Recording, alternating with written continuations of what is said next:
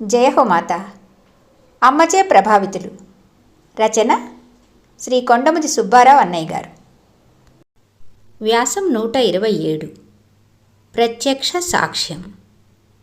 అతశ్చోర్ధ్వం ప్రసృతా సస్యశాఖాః గుణప్రవృద్ధా విషయప్రవాళాః అధశ్చ మూలాన్యనుసంతతాని కర్మానుబంధీని మనుష్యలోకే నరూపమస్యేహ తతోపలభ్యతే నాంతో న చాదిర్న చ సంప్రతిష్ఠా అశ్వత్థమేనం సువిరూఢమూలం అసంగశస్త్రేణ దృఢేన చిత్వా తతః పదం తత్పరిమార్గితవ్యం యస్మిన్ గతా న నివర్తంతి భూయః తమేవ చాద్యం పురుషం ప్రపద్యే యతః ప్రవృత్తి ప్రసృతా పురాణి.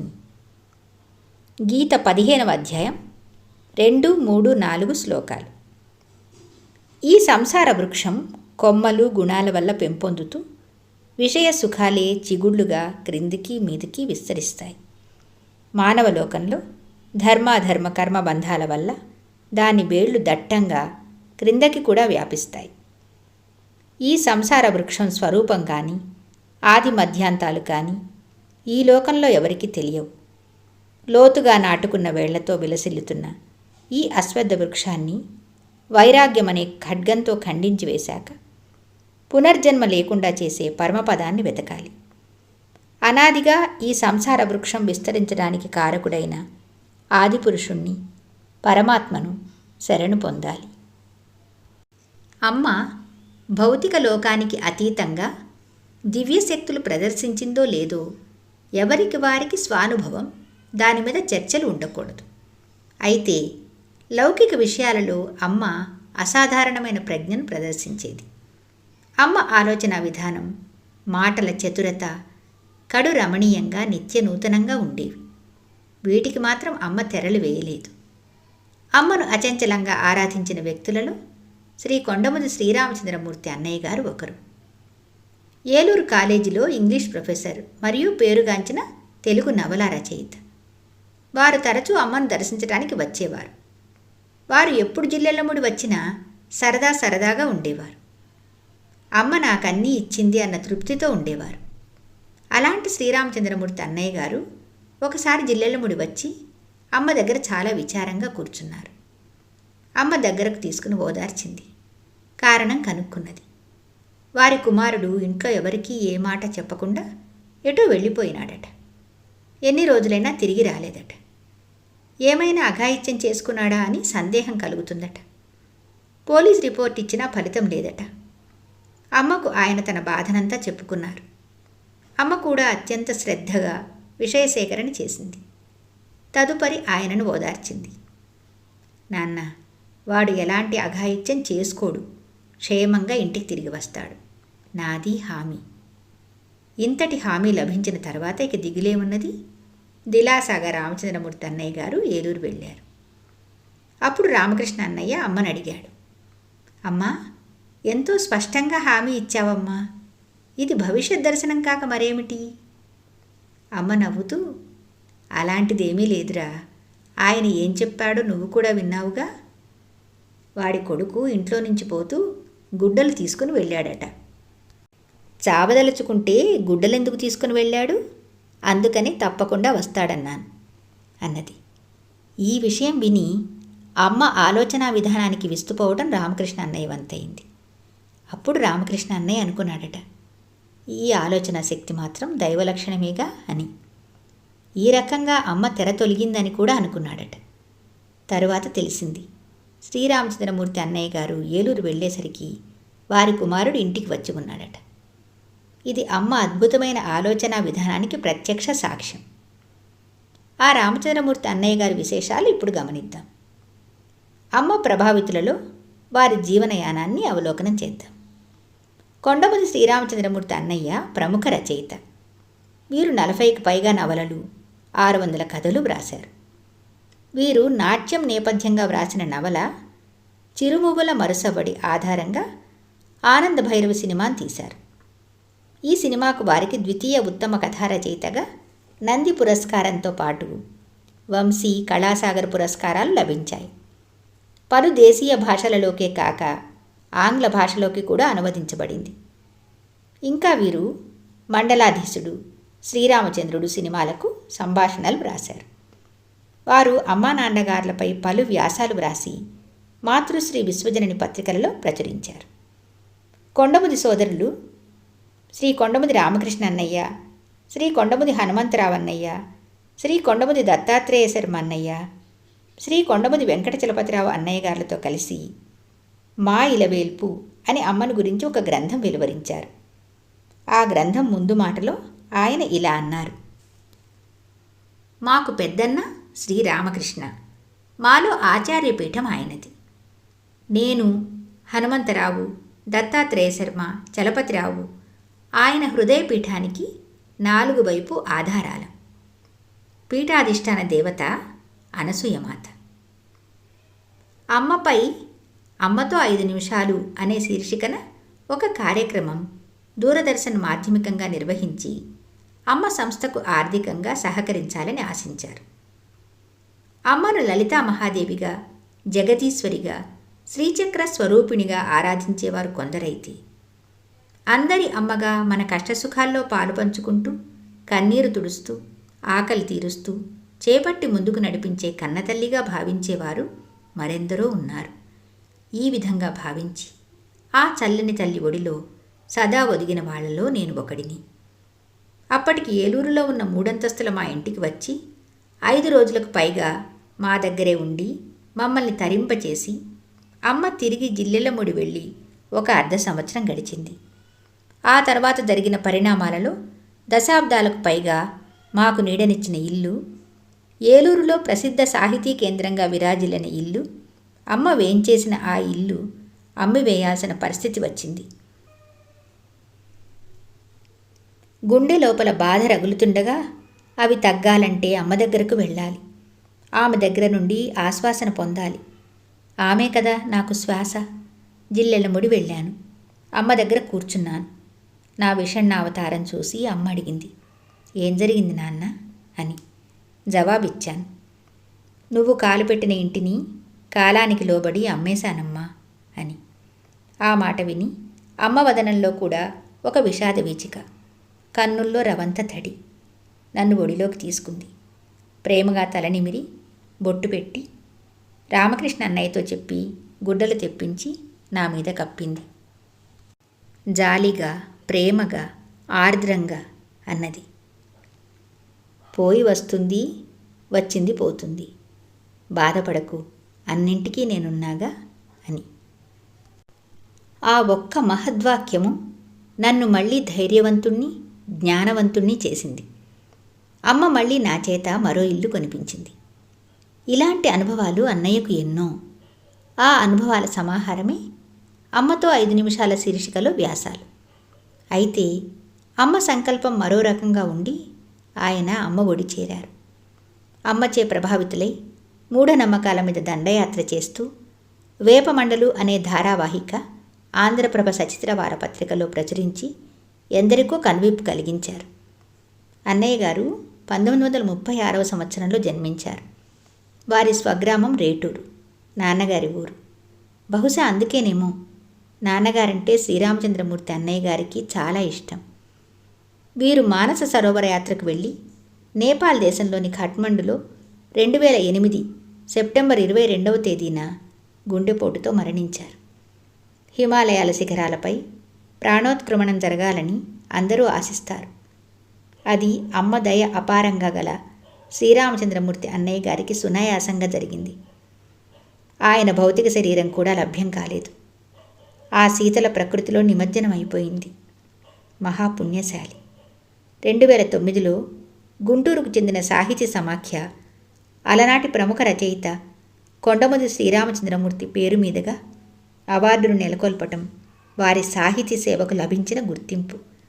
అలాగే వారికి 1988వ సంవత్సరంలో జిల్లెళ్ళముడిలో విద్యాపరిషత్ వారు సత్కరించటం అమ్మ అనుగ్రహానికి తార్కాణం.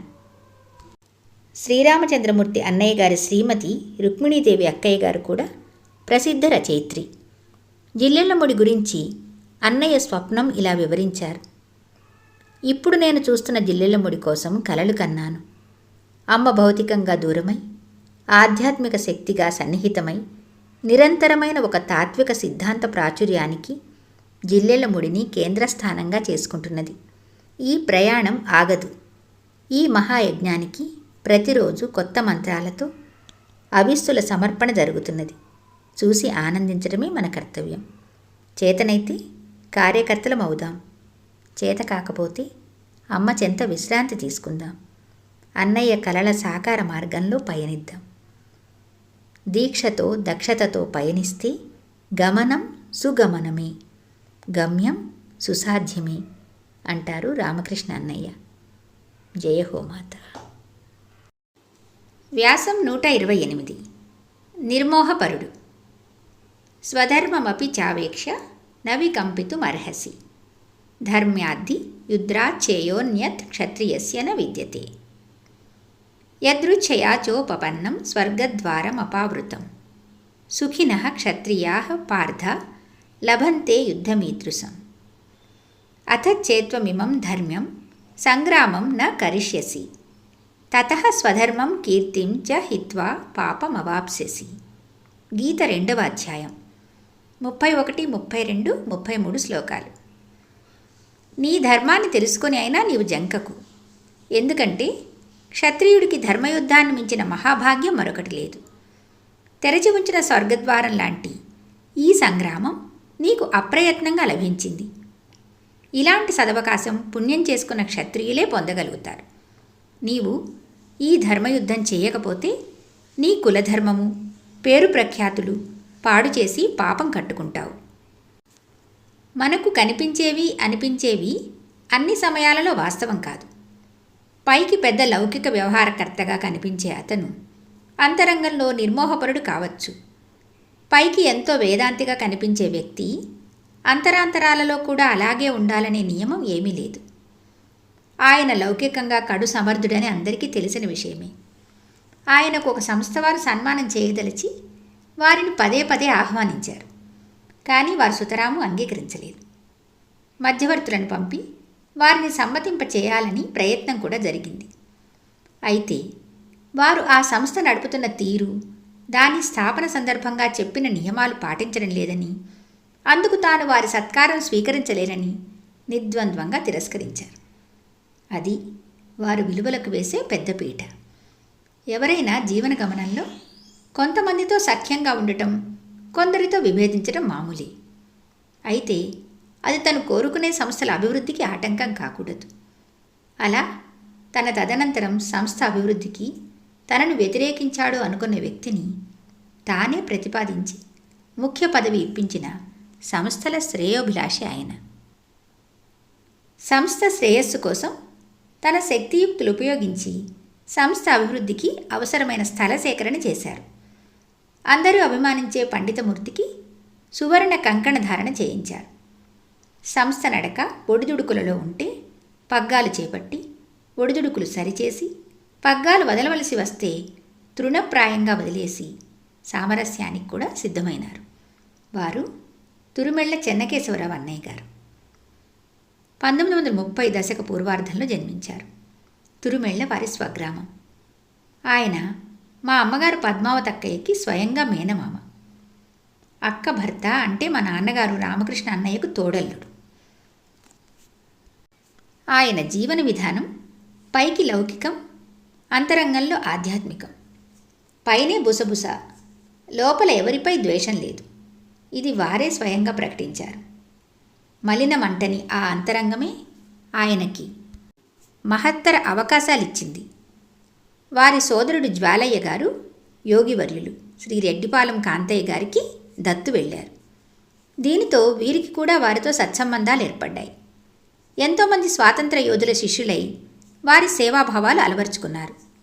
తన సహజ వాక్చాతుర్యంతో అందరి సమస్యలు పరిష్కరిస్తూ అందరి మెప్పు పొందారు. కార్యనిర్వహణ దక్షతకు నిలువెత్తు రూపం శ్రీ చెన్నకేశవరావు అన్నయ్య గారు. ఆయన వేలు పెడితే కార్యం సానుకూలమైనట్లే. మాట హాస్యస్ఫోరకం, భావం వజ్ర సమానం. ఆయన గొంతు పెద్దది, హృదయము పెద్దది.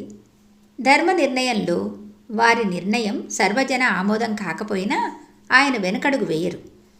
తురుమెళ్లలో ఓ కళాశాల నడపడంలో తన చాతుర్యం చూపించారు. ఈ అనుభవాలు రంగరించి జిల్లెళ్లమూడిలో మాతృశ్రీ ప్రాచ్య కళాశాలకు కరెస్పాండెంట్ అయి అప్రతిహతంగా నడిపారు. క్లిష్ట సమయంలో బాధ్యతగా వ్యవహరించారు. కళాశాల నిర్వహణ సమయంలో వారు తరచుగా జిల్లెళ్లమూడి వచ్చి వెళ్ళేవారు. అప్పుడు ఆయన ఒక ప్రజాహిత ధార్మిక సంస్థ నిర్వాహకులు ఎంత నిరాడంబరంగా ఉండాలో ఉండవచ్చో లోకానికి చూపారు. కారు ఏనాడు వాడలేదు. ఆయన ఆర్థిక స్థితి సహకరించక కాదు, ధార్మిక సంస్థ నిర్వాహకులు ఆడంబరంగా ఉండకూడదు అని ఆయన నిశ్చిత అభిప్రాయం. తరచూ రావాల్సి ఉండటంతో మద్రాస్ భవనంలో ఓ గదిలో విశ్రాంతి ఏర్పరిచారు. దానికి రూపాయి ఖర్చు పెట్టి మరమ్మతులు చేయటానికి కూడా వారు అంగీకరించలేదు. నా వలన సంస్థకు ఏమాత్రం ఖర్చు కాకూడదు అని ఆయన దృఢ సంకల్పం. భయం అనేది ఎరగరు. అర్ధరాత్రి అపరాత్రి 7వ మైలు దగ్గర దిగి నడిచి వచ్చేవారు. విపత్కర సమయాలలోనూ ఇదే విధానం. భగవంతుడికి వారిపై కరుణకు ఒక సంఘటనను ఆయన తరచుగా ప్రస్తావించేవారు. వారు ఒకసారి ఎవరో స్నేహితులతో కలిసి భగవాన్ సత్యసాయిబాబా దర్శనం కోసం పుట్టపర్తి వెళ్ళారట. దర్శన మందిరంలో అందరితో పాటు కూర్చున్నారట. భగవాన్ మందిరంలో ప్రవేశించగానే భక్తితో వీరు కళ్ళు మూసుకున్నారట. కళ్ళు తెరిచేటప్పటికీ భగవాన్ పాదపద్మములు కళ్ళకు ఎదురుగా కనిపించాయట. కళ్ళకద్దుకుని తలపైకెత్తి చూసేసరికి భగవాన్ ఎదురుగా ఉన్నారట. ఇది ఎన్నో రోజులు పుట్టపర్తిలో ఎదురు చూస్తే గాని దొరకని అరుదైన అవకాశం వారికి సులభంగా లభ్యమైంది. వారు, నేను చేసిన పుణ్యకార్యాలు ఏమున్నాయో నాకు తెలియదు, పుణ్యకార్యం కోసం ఏ పని నేను ఎన్నడూ చేయలేదు, కానీ భగవత్కరుణ అనంతంగా నన్ను ముంచెత్తిందని మాత్రం చెప్పగలను అనేవారు. అది వారి కార్యక్రమాలకు భగవద్ ఆమోదమని మనం భావించాలి. అమ్మ వీరిని అనుగ్రహించిన విధానానికి దర్పణం వారు అమ్మ ఒడి చేరిన విధానమే. ఒక శివరాత్రి నాడు అన్ని విధాల తయారై శివాలయానికి బయలుదేరి సరాసరి శివసన్నిధి చేరారు. బిడ్డలు సోదరులు దక్షిణామూర్తి అన్నయ్య, మాణిక్యరావు అన్నయ్యలను కూడా అమ్మ బాట పట్టించారు. చెన్నకేశవరావు అన్నయ్య గారి తమ్ముడు గోపాలకృష్ణమూర్తి అన్నయ్య గారు అమ్మ ప్రభావంతో సంచరించడమే కాక అందరింటి సోదరులందరితోనూ సత్సంబంధాలు ఉండటమే కాక వారి జీవన సోపానాల అధిరోహణకు తన వంతు తాను అందించారు. అమ్మ ఒడి చేరారు. కళాశాల భవంతి నిర్మాణ సమయంలో వారు చేసిన సేవ నిరుపమానం. లారీ కలప ఉచితంగా జిల్లెళ్లముడి తోలారు. బంధువులు, ప్రముఖ వ్యాపారవేత్త శ్రీ రేటూరి భాస్కర్రావు గారు, శ్రీ సింహరత్నం గారు, జయసూర్య USA గార్లను అమ్మ సేవా కార్యక్రమాలలో దించి తాను ధన్యులవటమే కాక వారిని ధన్యులను చేశారు. శ్రీమతి శ్రీలక్ష్మమ్మ అక్కయ్య గారు అందరింటి సభ్యులకు తన ఆదరణ అందించింది. నేడు వారి కుమారుడు సోదరుడు అనంతరామన్నయ్య అమ్మ మార్గంలోనే ఉన్నారు. వారందరూ నేడు అమ్మ కార్యక్రమాలలో పాలు పంచుకుంటూ జీవితం పండించుకుంటున్నారు. శ్రీమతి శకుంతలమ్మ అక్కయ్య గారు అంతకుముందే నిండు ముత్తైదువుగా అమ్మ ఒడి చేరింది. జయ హో మాత.